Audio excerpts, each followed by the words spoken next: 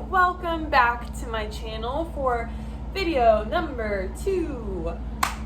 I am here with an exciting video that I for one am thrilled about because I finally got myself to go to the library and pick out my next round of books, which is especially exciting because I finished a book today that I've been spending way too much time on.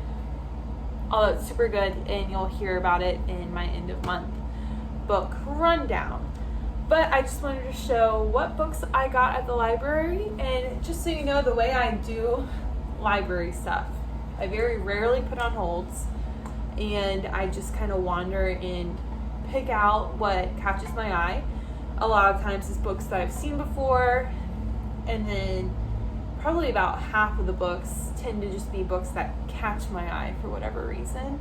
And I kind of like that because it diversifies my reading a lot. Whereas if I'm gonna buy a book, generally I want to know something about it first and like, do people like it? That kind of stuff, because I don't want to like waste my money. I don't have unlimited funds, sadly, yet. I've also been spending way too much money at bookstores lately, so this was really good. So the first one is a reread. It is The Seven Husbands of Evelyn Hugo. What is funny is I actually own this book, but I let my friend read it, or borrow it, because I'm doing a book club with some friends virtually, and I gave like 5 books. This is the only book I'd listed on there that I'd read before, and I listed it on there letting them know, like, guys, I've read this book. I just want to tell you this beforehand.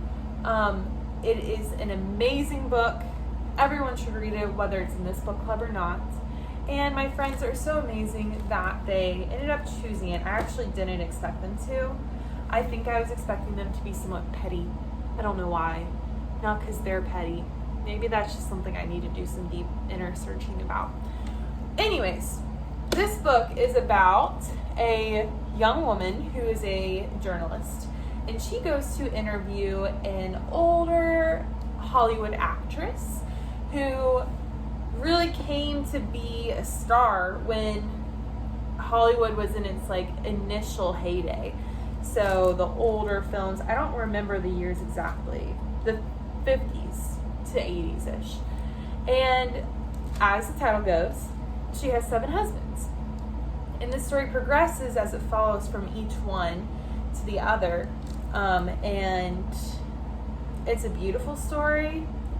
Like, the big plot of it ends up being kind of like a secret that I don't want to spoil for you guys. So it's hard to explain exactly why I love this book so much. It just like really makes you it really makes you understand the characters in the book. And the main character in particular, I mean, a large part of what I assume our book club is going to be about is, do you even like her? Do you think that the decisions she made are ones that you would make or would approve of or would be pissed at if your friend made the same ones? Highly recommend, and I'm excited to read it again. Next up, we've got Transcendent Kingdom. Ironically, this was also on my choice of books that we could read. This, if you've ever heard of Homegoing, this is written by the same author. Homegoing is a beautiful read, should be read by pretty much everybody because it is both impactful and also like relatively an enjoyable read for as difficult as subject matter can be. Like, as you read it, you just feel really connected to the characters. So this book follows Gifty, and she's a PhD student in neuroscience, which I'm really excited about. And let's see, actually I need to do a quick little scan.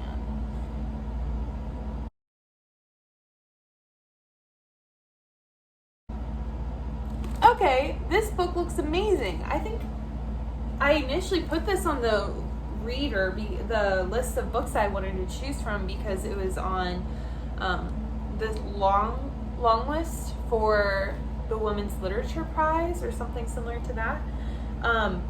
But this book follows this woman who is a 6th-year PhD student, and she's still dealing with the death of her brother of an overdose after he was hooked on painkillers. Her suicidal mother living in New York City, I believe. No. Her suicidal mother living in her bed, and at the same time she's dealing with kind of like a spiritual reawakening or just awakening as she deals with her past growing up in the evangelical church. I am thrilled about this book. I'm starting this as soon as I finish this video. Next up, we have More Than It Hurts You. This is a book I'd never heard about.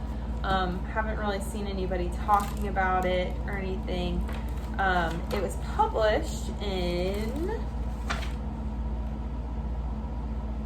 I'm actually never that good at telling when things are published. 2008, I believe.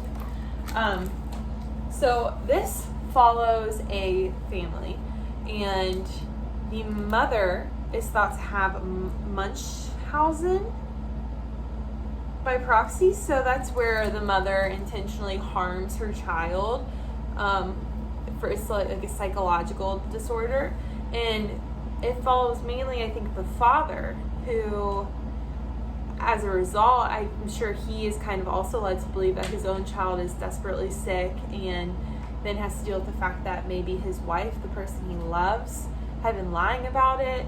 I'm really excited for this. Something I really love, I don't know if I should be judged for this or not, is whenever books have really good reviews by other authors.